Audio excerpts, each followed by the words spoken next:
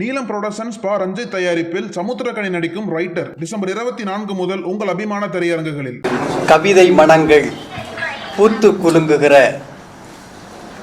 சோலை அரங்கத்தில்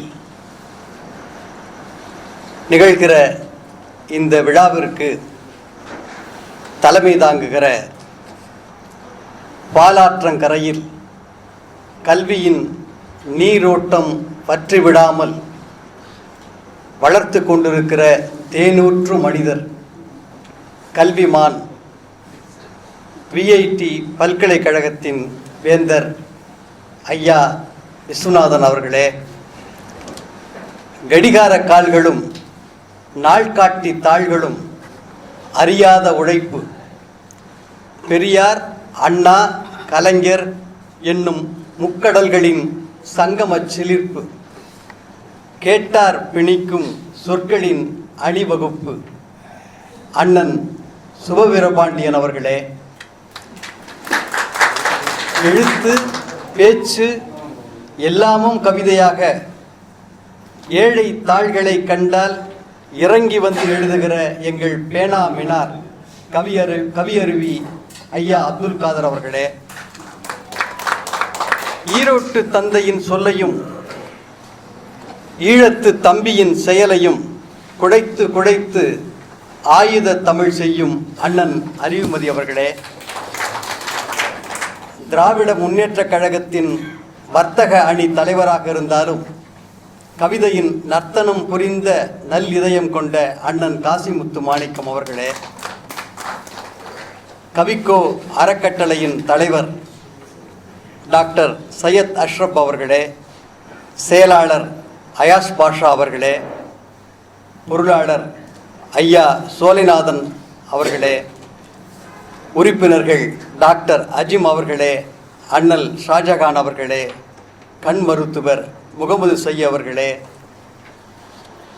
தமிழ் செம்மல் புலவர் ஐயா பதுமனார் அவர்களே, பேராசிரியர் சேமுமு முகமது அவர்களே, மாதவ சின்ராஜ் அவர்களே, நிகழ்ச்சியை மிக அழகாக தொகுத்து வழங்கி கொண்டிருக்கிற பேராசிரியர் அன்பு அவர்களே, நண்பர்களே, அனைவருக்கும் என்னுடைய முதல் வணக்கம். ஒரு கவிஞனாக அன்றி என்னால் வேறு யாராகவும் இருந்திருக்க முடியாது என்றார் கவிக்கோ.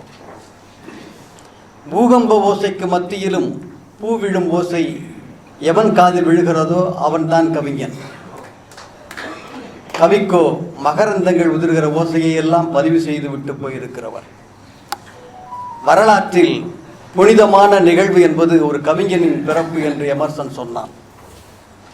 ஒரு கவிஞன் பிறக்கிற பொழுது கவிஞன் மட்டுமல்ல, அவனோடு ஒரு புதிய காலமும் பிறக்கிறது. அது எப்போதும் நிகழ்காலமாகவும் இருக்கிறது. பாரதி ஒரு காலம், பாரதிதாசன் ஒரு காலம், கண்ணதாசன் ஒரு காலம், ஐயா கவிக்கோ ஒரு காலம். கவிதைகளை வண்ணத்து பூச்சிகள் மொய்த்த காலம் அவருடையது. அதில் ஒரு வண்ணத்து பூச்சி என்னுடையது. ஓஷோவிடம் ஒருவர் போய் கேட்டார், நான் படைப்பாளியாக வேண்டும் என்றால் என்ன செய்ய வேண்டும் என்று. ஓஷோ சொன்னார், நீ மீண்டும் குழந்தையாகிவிடு, படைப்பாளியாகி விடுவாய் என்றார். கவிக்கோ அவர்களிடத்தில் அந்த குழந்தை மனம் இருந்தது. குழந்தைகளே, உங்களைப் போல சிரிக்க முடியவில்லையே என்று நினைத்தேன், அழுகை வந்துவிட்டது என்று அவர் எழுதினார். குழந்தைகளே, உங்கள் விரல்களை நாங்கள் பிடித்துக் கொள்கிறோம், எங்களை உங்கள் தேவ தேசத்திற்கு அழைத்து செல்லுங்கள் என்று அவர் எழுதினார். குழந்தை முதல் கடவுள் வரை அவர் சிந்திக்காத பொருள் இல்லை. கவிக்கோவை புல்லாங்குழலால் எழுதுகிற கவிஞர் என்று நான் குறிப்பிட்டிருக்கிறேன். இது ஏதோ அலங்காரத்திற்காக சொன்ன வார்த்தைகள் அல்ல. குழலில் சில துளைகளை மூடி சில துளைகளை திறந்தால்தான் சங்கீதத்தை சரியாக வாசிக்க முடியும். அப்படி பிறப்பு, இறப்பு, இளமை, முதுமை, புன்னகை, கண்ணீர், வெயில், நிழல், மேடு, பள்ளம், அகம், புறம் என்று அத்தனை முரண்பாடுகளையும் கொண்டாடியவர் கவிக்கோ அவர்கள். இந்த முரண்பாடுகளுக்கிடையில் வலைவீசி அவர் ஒரு முழு உண்மையை கையில் வைத்திருந்தார். அந்த முழுமையான உண்மையை உணர்ந்தவராக இருந்தார். நமக்கு அதை உணர்த்துபவராகவும் இருந்தார். முரண்கள் தாயின் இரு முலைகள், நான் இரண்டிலும் பால் குடிக்கிறேன் என்று சொன்னார். வார்த்தைகளை அதீதமாக காதலித்து அதீதமாக வெறுத்து அவற்றின் இயலாமையை புரிந்து கொண்ட ஒரு கவிஞனால்தான் வாழ்க்கையின் திரையை விலக்கி இப்படி அதன் சுயதரிசனத்தை காட்ட முடியும். குழந்தைகளை பாட புத்தகம் என்றவர் பசி எந்த சாதி என்று கேட்டார். இறைவா, நீ இந்துவா முஸ்லிமா என்று கேட்டார். சாதி மத பேதமற்ற சமூக மனிதனின் மனசாட்சியின் குரலாக கவிக்கோ அவர்களுடைய கவிதை குரல் இருந்தது. பொதுவாக பேரிலக்கியங்களும் பெருங்காப்பியங்களும் அன்பைத்தான் அடிநாதமாக ஒலிக்கும். ஆனால் நம்முடைய இலக்கியவாதிகள் தங்களுடைய அன்பை இலக்கியங்களில் கொட்டிவிட்டு அவர்கள் அன்பில்லாதவர்களாக இருக்கிறார்கள். இந்த முரண்பாடை நான் நிறைய சந்தித்திருக்கிறேன். அப்படி இல்லாமல் எழுத்துக்கும் வாழ்க்கைக்கும் இடைவெளி இல்லாமல் அன்பின் ஆலாபனையாக இருந்தவர் ஐயா கவிக்கோ அவர்கள். அவரது அன்பால் ஊட்டி வளர்க்கப்பட்டவர்கள் நிறைய பேர் இருக்கிறார்கள். அவரால் வளர்ந்தவர்கள், வளர்க்கப்பட்டவர்கள் எத்தனையோ பேர் இருக்கிறார்கள். இந்த மேடையில் சொன்னது போல அண்ணன் அறிவுமதி அவரை ஆண் தாய் என்று சொன்னது என்னுடைய அர்த்தம் இன்றைக்கு இத்தனை பேரால் உறுதிப்படுத்தப்பட்டது. இந்த இடத்தில் அண்ணனின் அலுவலகத்தை பற்றியும் நான் சொல்ல வேண்டும். அண்ணன் அறிவுமதி தனது படத்திற்காக 73 அபிபுல்லா சாலை என்கிற இடத்தில் அவருடைய அலுவலகம் இருந்தது. சென்னைக்கு திரைப்படத்திற்காக வாய்ப்பு தேடி வருகிற ஒவ்வொரு இளைஞனுக்கும் அந்த இடம் ஒரு வேடந்தாங்கல் சரணாலயமாக இருந்தது. பசிக்கிற பொழுது, உறக்கம் வருகிற பொழுது எங்கே போவது என்று தெரியாமல் தவிக்கிற ஒவ்வொருவருக்கும் அந்த இடம் தாயகமாக இருந்தது. சென்னைக்கு வந்து இறங்கிய சினிமா இளைஞர்கள் பலரிலும் அங்கு வந்து ஒருவேளை உணவு உண்ணாதவர்கள், ஒரு இரவு உறங்காதவர்கள் மிக குறைவாகத்தான் இருப்பார்கள். கவிக்கோ அவர்கள் அண்ணன் அறிவுமதியை பற்றி எழுதுகிற போது அறிவுமதி என்னுடைய வளர்ப்பு என்று எழுதினார். அந்த அன்பின் நீட்சிதான், அந்த அன்பின் முகவரிதான் அந்த அலுவலகமாக செயல்பட்டது. கவிக்கோ அவர்கள் பல கவிஞர்களை எழுதிய கவிஞர். அவரது கவிராத்திரி தான், அவருடைய கவிராத்திரி ஏற்றி வைத்த விளக்குகளில் ஒன்றுதான் நானும். கோகுலம் என்ற ஒரு படத்தில் நான் பாடல்கள் எழுதினேன். அது என்னுடைய ஆரம்பகால படம். அதிலே ஒரு பாட்டு, அந்த வானம் எந்தன் கையில் வந்து சேரும், புது சொர்க்கம் ஒன்று லாலி சொல்லி பாடும், விளக்கேற்றதே கவிராத்திரி மனம் ஓடுதே நதி மாதிரி என்று எழுதினேன்.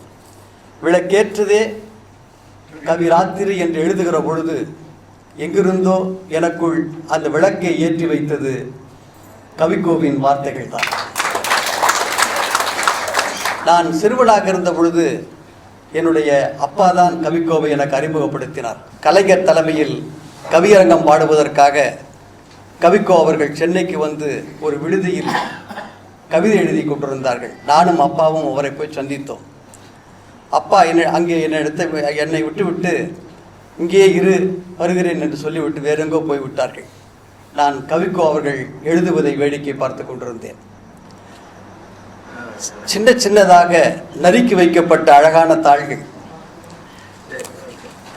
ஒரு கையில் சிகரெட், இன்னொரு கையில் பேனா, இரண்டிலும் நெருப்பு அணையவே இல்லை.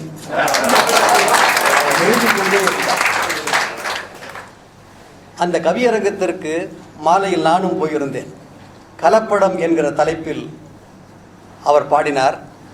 கவியரங்கத்தை இப்படி தொடங்கினார். கலப்படத்தை பற்றி கவிதை எழுத தொடங்கினேன், கலப்படத்தை பற்றி கவிதை எழுத தொடங்கினேன், பேனா எழுதவில்லை என்று சொல்லிவிட்டு சில நொடிகள் அமைதியாக இருந்தார். மீண்டும் கலப்படத்தை பற்றி கவிதை எழுத பேனாவை திறந்தேன், பேனா எழுதவில்லை என்று சொல்லிவிட்டு மையிலும் கலப்படம் என்று சொன்னார். அரங்கம் கைதட்டல்களால் அதிர்ந்தது. மீண்டும் தொடர்ந்தார். வெண்ணையை சுண்ணாம்பு என்று பழகிவிட்டோம், வெண்ணையை சுண்ணாம்பு என்று பழகிவிட்டோம், இனி வெண்ணையே கிடைத்தாலும் அதை வெற்றிலையில் தான் தடவுவோம் என்றார். இப்படி கைதட்டல்களுக்கு இடையில் அவரை என்னுடைய தந்தை எனக்கு அறிமுகம் செய்தார். அந்த கவிக்கோ என்கிற நிலாவை நான் என் மகளுக்கு அறிமுகம் செய்த ஒரு பௌர்ணமி பொழுது ஒன்று உண்டு. ஓவியர் வீரசந்தானம் அவர்களுடைய மகளுடைய திருமணம் அது. அந்த விழாவிற்கு கவிக்கோ அவர்களும் வந்திருந்தார்கள். அங்கே என்னுடைய மகளை அவருக்கு நான் அறிமுகப்படுத்தினேன். அப்போது அவள் 6ஆம் வகுப்பு சிறுமி. கவிக்கோ அவளிடத்தில் கேட்ட முதல் கேள்வி, நீயும் கவிதை எழுதுவியா என்றார். அவள் எழுதுவேன் என்று சொல்லி ஏற்கனவே எழுதி வைத்திருந்த ஒரு கவிதையை அவரிடத்தில் சொன்னாள். நிலா என்கிற தலைப்பில் அவள் எழுதிய கவிதை, ஒரு கரண்டி மாவில் ஊருக்கெல்லாம் தோசை என்று எழுதி வைத்திருந்தாள். கவிக்கோ அவர்கள் கேட்டுவிட்டு, அடடே அழகா எழுதுறிய என்று சொன்னார். என்னுடைய மகள் சொன்னால், போங்க தாத்தா, நீங்கள் பொய் சொல்கிறீங்க, நீங்கள் எவ்வளோ பெரிய கவிஞர், நீங்கள் போய் என் கவிதையெல்லாம் பாராட்டுறீங்களே என்று சொன்னாள். அப்படி இல்லைம்மா, இந்த வயசில் நீ இப்படி எழுதுனா என் வயசில் நீ எவ்வளோ அழகாக எழுதுவ என்று சொன்னாள். அந்த உரையாடலே அவ்வளோ அழகாக இருந்தது. கவிக்கோ அவர்கள் எழுதினார்கள், உன் சாவில் சாம்பலை அல்ல நெருப்பை விட்டு செல் என்று எழுதினார்கள். அவர் விட்டு சென்றிருக்கிற நெருப்பை காலத்தால் அழிக்க முடியாது. அது படைப்பு என்கிற நெருப்பு, வாழ்வை சலவை செய்கிற நெருப்பு, வள்ளலார் ஏற்றி வைத்த விளக்கிலும் அடுப்பிலும் எரிந்து கொண்டிருக்கிற நெருப்பு. அந்த கவி பெருந்தகையின் பெயரால் வழங்கப்படுகிற விருதை பெறுவதில் நான் பெருமிதம் அடைகிறேன். இந்நேரத்தில் என்னுடைய தந்தையின் நினைவுகளும் எனக்குள் அலையாடுகின்றன. புத்தகங்களின் வாசத்தோடு வளர்ந்தவன் நான். ஒரு வகையில் அது என் தந்தையின் வாசமும் கூட. அவரிடத்தில் அவருடைய விரல்களை பிடித்து கொண்டு நான் நடந்து சென்ற ஒரு பொழுதில் கவிதை என்றால் என்ன என்று என் அப்பாவிடம் கேட்டேன். அவர் ஒரு பதிலும் சொல்லாமல் என் முகத்தை சந்தோஷமாக உற்று பார்த்தார். பிறகு வீட்டுக்கு வந்தவுடன் பாரதி கவிதைகளையும் பாரதிதாசன் கவிதைகளையும் என்னிடத்தில் எடுத்து தந்தார். அவர் எடுத்து தந்த அந்த படிகள் தான் என்னை இந்த மேடை வரைக்கும் அழைத்து வந்திருக்கிறார். இங்கு என் கவிதைகள் குறித்து பேசிய அண்ணன் அறிவுமதியாகட்டும், பேச இருக்கிற அண்ணன் சுபவீரபாண்டியன் அவர்களாகட்டும், நான் எங்கள் 3 பேரின் தந்தைகளும் ஒரு நேர்கோட்டில் நின்றவர்கள். தந்தை பெரியாரை தன் மூச்சிலும், அண்ணாவை முத்தமிழறிஞர் கலைஞரை தங்கள் விழிகளிலும் சுமந்திருந்த தந்தைகளுக்கு பிறந்த பிள்ளைகள் நாங்கள். கவிதை பல தளங்களில் பயணம் செய்தாலும் அவை கனவை மட்டுமல்ல, காயங்களையும் பேச வேண்டும் என்று நினைக்கிற ஒரு கூட்டு குயில்கள் நாங்கள். ஒருமுறை இன்குலாப் சொன்னார், கவிதையாக்கம் என்பது ஒரு கூட்டிசை. தேவதேவன் அவருடைய வயலினை எடுத்துக்கொண்டு வரட்டும், நான் என்னுடைய பறையுடன் வருகிறேன். கூட்டிசையில் வயலின் சுனாதம் மட்டும்தான் ஒலிக்க வேண்டும் என்று சொல்ல யாருக்கும் உரிமை கிடையாது. பறையின் தேவை இருக்கிற வரையில் ஒரு பக்கத்தில் நின்று கொண்டு பறையை என்றென்றைக்கும் நான் தட்டிக்கொண்டே இருப்பேன் என்று சொன்னார். இன்குலாப் அவர்களுடைய வார்த்தைகளையே என்னுடைய வார்த்தைகளாகவும் இந்த மேடையில் நான் பதிவு செய்ய விரும்புகிறேன். கவிக்கோ அவர்களுடைய முதல் விருதை முத்தமிழறிஞர் கலைஞர் அவர்கள் பெற்றார்கள். அது ஒரு அழகான தொடக்கம். அதன் தொடர்ச்சியாக இந்த விருதை பெற்ற கவி பெருமக்கள் அனைவரும் திராவிட இயக்கத்தின் சிந்தனைகளை, பொது உடைமை இயக்கத்தின் சித்தாந்தங்களை உயர்த்தி பிடித்தவர்களாகவே இருந்தார்கள். இந்த வருடத்தின் 21வது விருது எனக்கு வழங்கப்பட்டிருக்கிறது.